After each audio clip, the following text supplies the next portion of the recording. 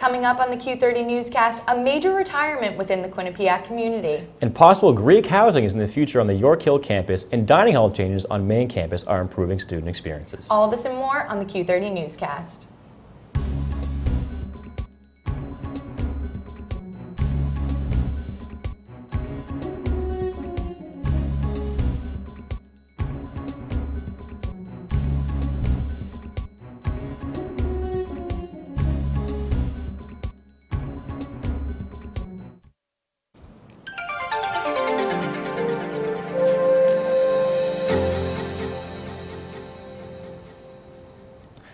Hello and welcome to the Q30 Newscast. I'm John McMahon. And I'm Brenna Oracoli. Q30's own Callie Keys sat down with Student Government Association Secretary Joe Iasso to talk about issues within the Quinnipiac administration. Here's what he had to say. Thanks, guys. I'm here with Joe Iasso, SGA Secretary. We're going to talk about some SGA updates that have been happening the past few weeks. Joe, we're going to start off about the SGA email that was just sent out a few weeks ago. So from an SGA standpoint, can you speak to the email that was sent out a few weeks ago regarding tuition?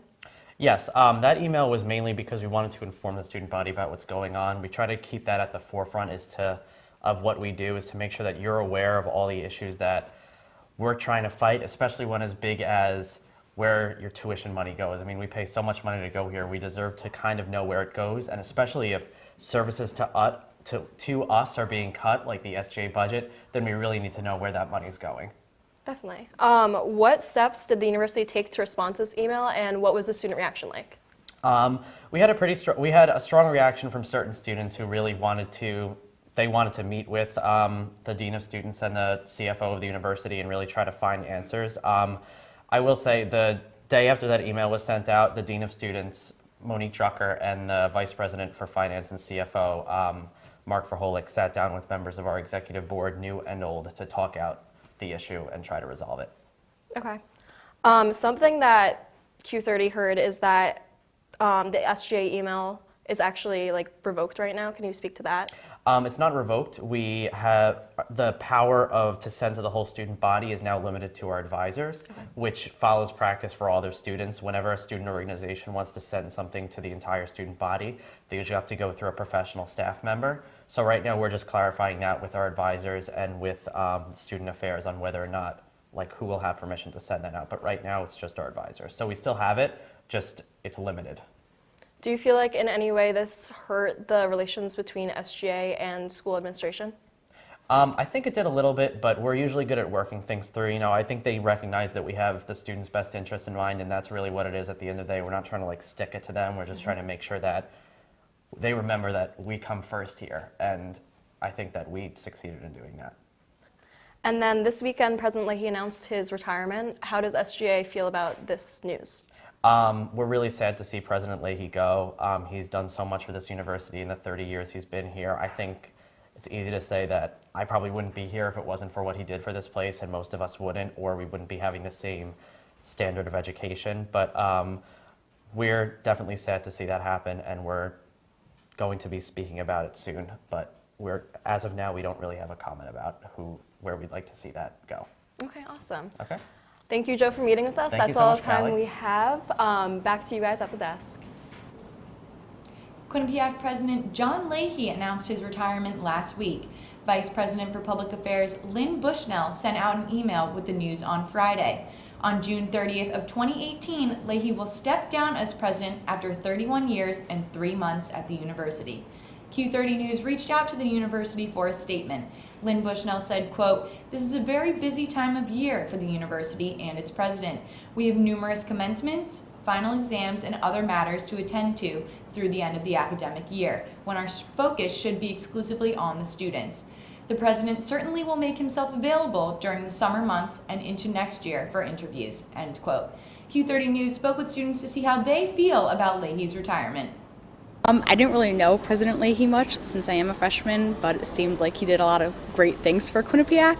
I'm excited to see who is going to replace him. It's going to be definitely interesting to see the different changes that are going to come to the school, what new rules are going to be put into place, and just basically how the everyday structure of what students do is how it's going to be affected. So that'll be interesting to see. I didn't really know him or kind of knew what he did for the school, but it's kind of cool he's going out with our class, so I'm happy about that. It's unfortunate because he really has done a lot of great things for the school. In the email that they sent out, they said that he came here when there was 1,900 students, and now there's over 2,000. So I think that is definitely an end of an era, but I'm also looking forward to see what the next president is going to bring to the table and how Quinnipiac is going to continue to grow and to continue to become a well-esteemed university. I think he put in, I believe it was 30-some years at the university. I guess it must be his time to go. The CEO of Bigelow Tea, Cynthia Bigelow, was on the Mount Carmel campus yesterday. Bigelow was around campus letting students try free samples of a variety of Bigelow Tea products and asked for their opinions on them. In addition to the free tea, Quinnipiac entrepreneurship students were testing their app, Time for Tea, with Bigelow Tea products. Q30 spoke to one of the creators of the app, Laszlo Dinka. Testing went very well. We had about 230 students who try our application, and the feedback is mostly positive, which we're very happy for. And most importantly, the Bigelow Tea Company liked the concept, liked what we've done here, and we're looking forward for the next couple of steps. 3 Quinnipiac students in 3 separate apartments in the Whitney Village housing complex were given other living arrangements after a kitchen fire broke out Tuesday night. The Hamden Fire Department was dispatched to the scene at 6:24 p.m. after being informed by Public Safety. Hamden Fire Marshal Brian Dolan determined that the fire was started after a student was trying to cook on the stovetop and a fire broke out. The student tried to contain the fire with a handheld extinguisher but was unsuccessful and then contacted Public Safety. No injuries were reported from the incident. Aya Galal joins us now in the latest political news. So, Aya, there's a lot of media attention around the special election in Georgia and Vice President Mike Pence's trip to North Korea. What can you tell us about that? That's right, Brenna. A lot going on, not just in the U.S., but outside the U.S. as well. All eyes were on the state of Georgia as a special election took place for a vacated House of Representatives seat. But what's the big deal about this election in Georgia's 6th district? The seat has been Republican for decades, but the special election shows that the Republican-controlled House could be in danger as midterm elections approach in 2018. John Ossoff, the Democratic candidate, needed to win 50% of the vote to automatically win the House seat. He fell just short and received 48%. Karen Handel, the Republican candidate, received 19.8% of the vote. The candidates will now have to face each other in a one-on-one runoff in June. Vice President Mike Pence took a trip to the Korean Demilitarized Zone on Monday. Commonly referred to as the DMZ, it's the buffer between North Korea and South Korea. Pence warned North Korea not to test the strength of the United States' armed forces in that region. Pence also said it's time for North Korea to get the message on halting its nuclear program. He made it clear that the Trump administration will take a different approach towards North Korea than previous presidents have. The Trump administration wants to work closely with China to reach a peaceful resolution. And on Tuesday, President Trump signed the quote-unquote Buy American, Hire American executive order.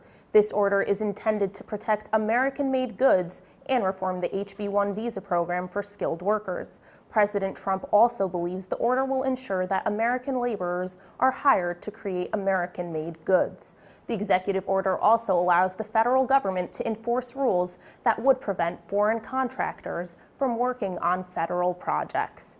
President Trump signed the executive order at a manufacturing company called Snap-on in Wisconsin, which is the state where he narrowly defeated Hillary Clinton during the election. That's it for your political news update. I'm Aya Galal. Back to you, Brenna and John at the desk. Thanks, Aya. When we come back, we'll talk changes in the CAF and potential environmental issues in Hamden. Stay with us.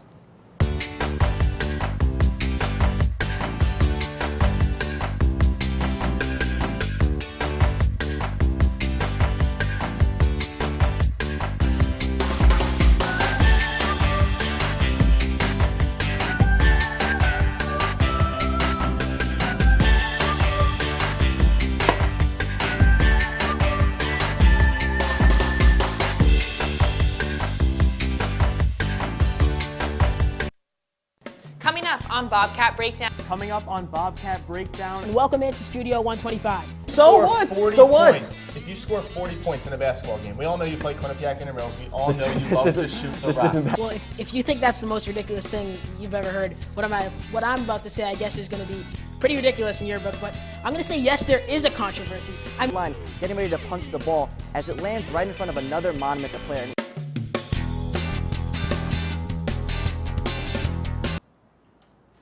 The Q30 Newscast is sponsored by Quinnipiac University Online. Finish your degree faster with online summer courses through QU Online. It's 9:30 Eastern, and you know what that means. Sports Pause is on the air. Ball played up the middle. Emmanuel with a little cheat off the play. Preseason just boils down to going after another national championship and not necessarily focusing on the one before. MJ, it is time for our favorite part of the show. It's the top 5 plays of the week, brought to you by B&D Deli, home of the Q-Dog. Let's talk about the first play you want to break down. Yeah, let's break it down right away. But the one name I'm going to throw out there is a freshman, Mika Maples. Right? Coming up, coming up, coming up. Coming up on hashtag that.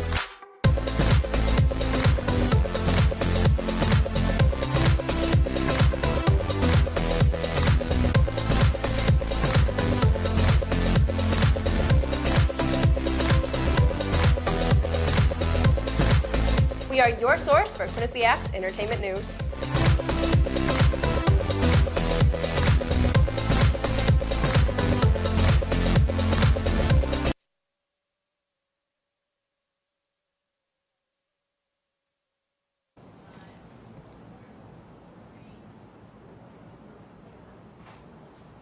Welcome back to the Q30 Newscast. Thanks for staying with us. A new feature has been added to the Mount Carmel cafeteria. A bakery stand is now displayed in front of the salad bar. Check in daily for muffins, donuts, slices of cake, and pastries. This addition is the first of many on the Mount Carmel campus. The Aubon Express station is in the process of being built in the Communications and Engineering building. Stick with Q30 News for more cafeteria updates. Resident Hall Council hosted their event Bobcat Boardwalk from 2 p.m. to 5 p.m. today on the Mount Carmel campus. The event took place in the Bobcat Way lawn in the Student Center. Students were encouraged to come and participate in traditional county fair style activities, free food, games, and opportunities to win prizes. The event is a great way for students to de-stress and relax as the final weeks of the semester quickly approach. The sorority Chi Omega hosted their philanthropy event Chi Hop in the Upper Calf on the Mount Carmel campus on Tuesday night. From 9:15 to 10:30, ladies of Chi O made and served pancakes for a good cause. One pancake was $2 and a stack was $5. All proceeds going to the Make-A-Wish Foundation. Habitat for Humanity hosted Shackathon on Bobcat Way lawn yesterday. The one-day event allowed teams to build houses out of cardboard. The purpose of the event was for students to see how hard it is to build housing with limited resources and supplies. The teams then used their shack to house their fundraising activity. The shack that raised the most money for their organization won a grand prize. Residence Hall Council hosted elections this past week for their executive board. RHC is an organization that programs for the Residence Hall areas as well as campus-wide events. All students who live in Quinnipiac housing were eligible to vote on Do You QU. The new executive board is as follows: President Alice Hahn, VP of Area Council Development Tiffany Enriquez, VP of Organizational Development Austin Calvo, Event Coordinator and Training Morgan Mattil, Treasurer Brendan Brooks, Secretary Anna Sekert, Public Relations Chair Caroline Sullivan. The Jane Doe No More organization's newest initiative, Safe Student, came to campus tonight to discuss sexual violence prevention. We caught up with the education program coordinator of the event, Tracy Blackman, to see what students can do about this issue and learn more about it. We talk about statistics, first of all, because it's pretty alarming that 1 in 4 girls and 1 in 6 boys will be sexually assaulted before their 18th birthday, which is pretty crazy. And even in college, 1 in 4 college women and 1 in 9 college men will be assaulted. So those are statistics that I think are really important for students to understand. And also, I'd like to learn about bystander intervention. If they see something that they could possibly have a positive effect on changing, to do that. Signs have been popping up around the sides of the roads warning residents about the side effects of the upcoming construction at 64 Rocky Top in Hamden. The signs urge residents to visit therockytop.com where they can see potential negative impacts in the new building project. According to the website, the senior environmental analyst reviewed the application of the project and reported they are, quote, highly concerned with the high development intensity and degree of impervious surface coverage proposed with this application. Both are well beyond what is currently allowed in Hamden zoning regulations, and thus would be less protective of Lake Whitney Reservoir, unquote. The project would not only have zoning violations, but also bring unwanted traffic to Hamden and potentially pollute public water supply. SaveRockyTop.com encourages anyone who is concerned to donate to the GoFundMe page or attend the next Inland Wetlands Commission meeting at Hamden Town Hall Wednesday, May 3rd at 7 p.m. The Lois Astorino rink in Hamden represents the East region in the top 4 ice hockey rinks for the Kraft Foods Hockeyville contest. The rink is competing for a chance to win $150,000 for facility improvements. The winning rink will also get the chance to host an NHL preseason game. Runners-up also receive up to $25,000 in arena upgrades. Only 2 of the 4 rinks will move on to the final round. Viewers can vote up to 50 times per day until midnight on Thursday, April 20th, on Kraft Hockeyville's website. A lot of news has been going around in Quinnipiac in the past few days. Ryan Ansel has your full national news update. Thanks, guys. Authorities were calling him the Facebook killer until he ended his life on Tuesday. The manhunt for 37-year-old Steve Stevens went national this week. The commotion began with a Facebook video posted on Easter Sunday showing Stevens shooting 74-year-old Robert Goodwin on a sidewalk. In the video, Stevens pulls his car over and randomly approaches Goodwin before firing a pistol at point-blank range. The suspect's mother told officials that Stevens said he was shooting people because he was having problems with his girlfriend. The mother also saw him on Saturday when he told her that it would be a miracle if she were to ever see him again. Speaking of investigations, the reason for Prince's fatal overdose is still up in the air. However, some new court documents show that several different opioids were found in Prince's home at the time of his death last April. Some of the strongest painkillers in the singer's Minneapolis apartment had prescriptions under the name of Prince's bodyguard and close friend. But still, nobody knows why or how he got his hands on the fentanyl, the drug that ultimately killed the singer. Last October, police ruled the investigation as an active homicide investigation, but they're yet to charge anyone with a crime. As more bacteria grow resistant to antibiotics, scientists are constantly brainstorming new ways to fight off harmful germs. Some biochemists at George Mason University have discovered a new type of antibiotic in an unusual place, Komodo dragon blood. The substance is called DRGN1. The study was prompted because of dragons' ability to survive in filthy environments with massive wounds. No dragons were harmed by the test, though. Aaron Hernandez, the former New England Patriot who was serving a life sentence, was found hanging in prison early Wednesday morning. The former football player who was found guilty for the June 2013 murder of Odin Lloyd. His death comes just days after being acquitted on further murder charges. Hernandez was the Connecticut Gatorade Player of the Year during his senior year at Bristol Central High School. That's all for national news. I'm Ryan Ansel reporting for Q30. Back to you in the studio. When we come back, Brooke Raleigh joins us with a look at this week's weather. And Paige Meyer has an entertainment update. Stay with us. It's 9:30 Eastern, and you know what that means. Sports Pause is on the air. Left ball played up the middle. Iman Whalen with a little cheat off the play. Preseason just boils down to going after another national championship and not necessarily focusing on the one before. MJ, it is time for our favorite part of the show. It's the top 5 plays of the week, brought to you by B&D Deli, home of the Q-Dog. Let's talk about the first play you want to break down. Yeah, let's break it down right away. But the one name I'm going to throw out there is a freshman, Mika Maples.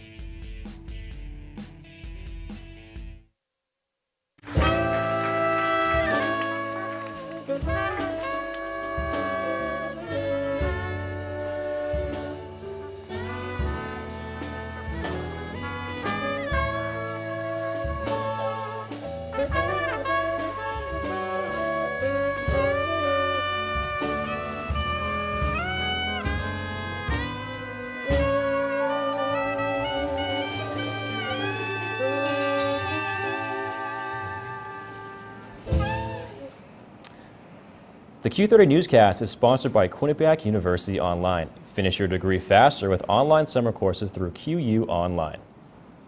Coming up, and hashtag that.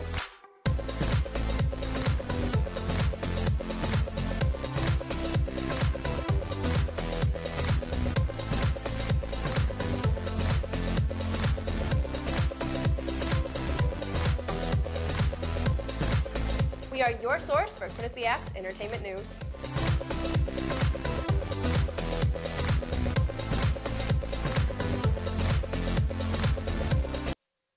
All this and more. Coming up on the Q30 Newscast.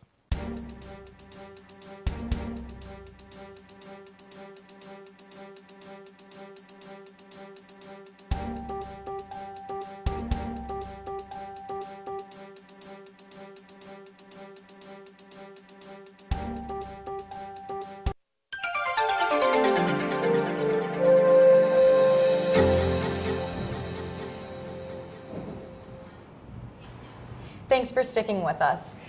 Brooke Riley joins us now with a full weather update. Brooke, what can we expect this week for weather? Like, is it good, bad?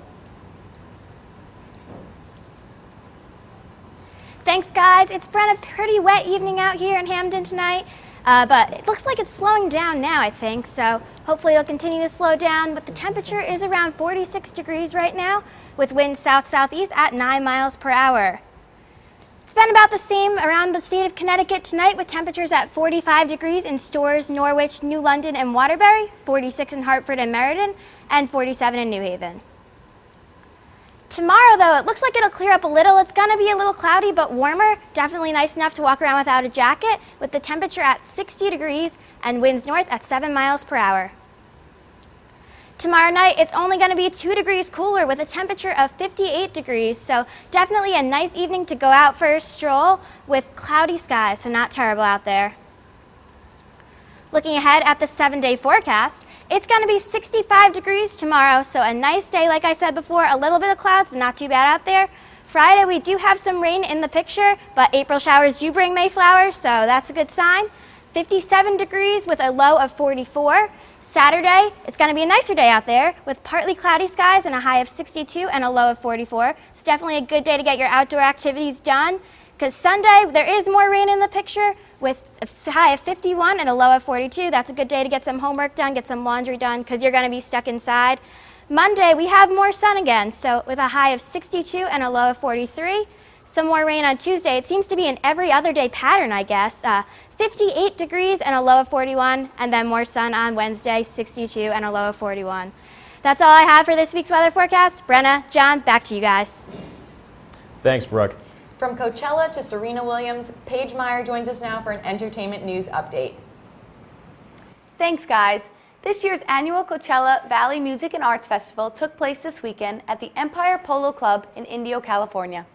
Solo performers and bands performed throughout the multiple-day festival. Celebrities attended dressed in their trend-setting outfits to enjoy the day. The many performers, Selena Gomez could not keep her hands to herself with rumored boyfriend The Weeknd. They both attended the Travis Scott performance, and Selena even posted an Instagram photo of the two of them. Does that make it official? Speaking of sharing photos, Serena Williams posted the first ever of her baby bump. The 35-year-old tennis star revealed she is pregnant today through a Snapchat selfie. Williams captioned the photo 20 weeks, meaning she is 20 weeks along. The tennis star revealed in December she got engaged to Reddit's co-founder Alexis Ohan. She didn't show any signs of pregnancy back in January after beating her sister Venus to win the women's single at the 2017 Australian Open, all while being 2 months pregnant. The gender or potential names for the baby have not been announced. One Direction star Harry Styles made his solo debut on Saturday Night Live this past weekend. Fans took social media to show their excitement after Styles was selected musical guest. This was Styles' first time hitting the stage without his bandmates, and he performed 2 songs, Sign of Times and Ever Since New York, off his upcoming album. Not only did Harry Styles perform, but he was also appeared in 3 sketches throughout the show. He appeared in one sketch called Celebrity Family Feud Time Travel Edition. In this sketch, he played Mick Jagger and joked about a successful band member going solo. Who would have thought? Styles was also featured in a Civil War sketch and Jimmy Fallon's monologue. Safe to say, Styles is definitely finding himself as an individual star. That's all I have for this week's entertainment news. Back to you guys at the desk.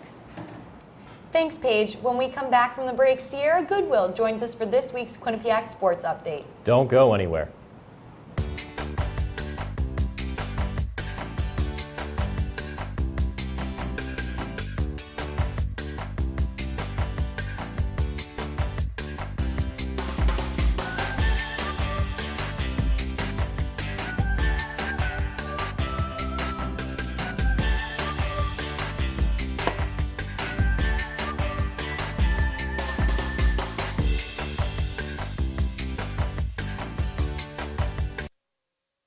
this and more. Coming up on the Q30 Newscast.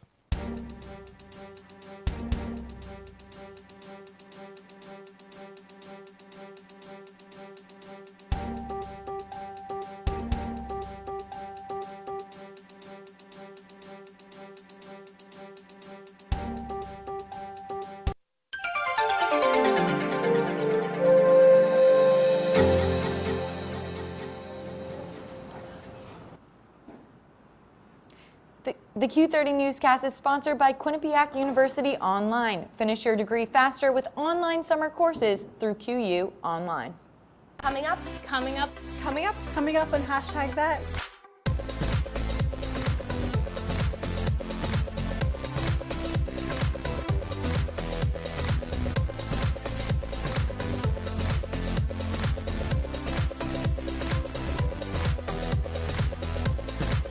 We are your source for Quinnipiac's entertainment news.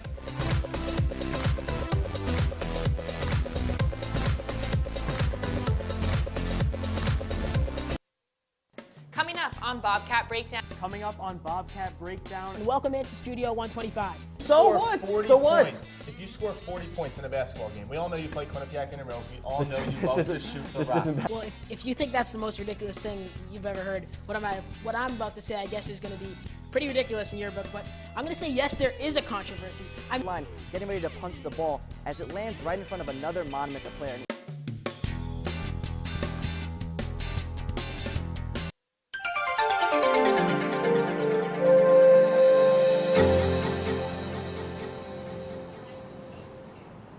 Welcome back to the Q30 Newscast. Sierra Goodwill joins us with all things Quinnipiac sports. Sierra, a lot of coaching news this week.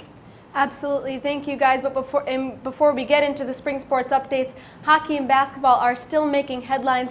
The latest on the Rick Seeley case is that the ex-women's ice hockey head coach has denied all abuse allegations against him dating back to 2009. Quinnipiac University has still yet to make a comment on the situation. The men's ice hockey head coach Rand Pecknold was just named the assistant coach of the U.S. men's national team. This comes after Pecknold's 23rd season as the head coach at Quinnipiac and his 20th straight year with a non-losing record. New men's basketball coach Baker Dunleavy picked up two big transfers on Easter Sunday, Isaiah Washington and Travis Atson. Washington is a grad transfer from Penn State and is immediately eligible. Atson is coming from Tulsa, and he will sit 1 year to play 3. But now on to a sport that is in session. The women's lacrosse team took on the Fairfield Stags last week. Let's see how the Bobcats fared. Fairfield coming into this game undefeated in the MAC at 4-0. Quinnipiac at 2-2. Heading into the first half, Quinnipiac able to put up a little bit of a fight in the opening minutes. Freshman Ashley Babinski nets the first goal of the game to give Quinnipiac a 1-0 lead, but Fairfield comes storming right back. Alex Famel puts it right past Larkin 2 times in a row, but who other than Ashley Babinski again for the Bobcats to tie things back up at 2. Just a stellar season for the freshman who has really been the spark plug behind this Quinnipiac team run this year that is possibly going to make it to their first ever playoff in the Metro Athletic Atlantic Conference.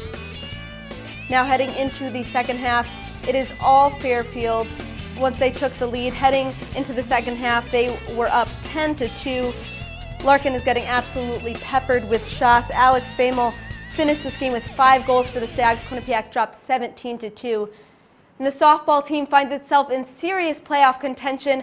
Quinnipiac sits at 4th place in the MAC, sporting a 5-3 conference record. The Bobcats swept Marist in 2 games on Saturday, winning the first 5-4 and the second 3-2. Rebecca Drake went 4 for 4 from the plate in the first game and drove in the tying and winning runs in the bottom of the 7th. Taylor Troyan was the hero in Game 2 as she doubled and drove in the tying and winning runs in the bottom of the 6th. Next up for Quinnipiac is an out-of-conference matchup with Army on Tuesday. Brenna, John, back to you guys. Thanks, Sierra. That's all we have for tonight. Be sure to follow us on Facebook and Twitter at Q30 News. I'm John McMahon. And I'm Brenna Oracoli. Good night, Bobcats.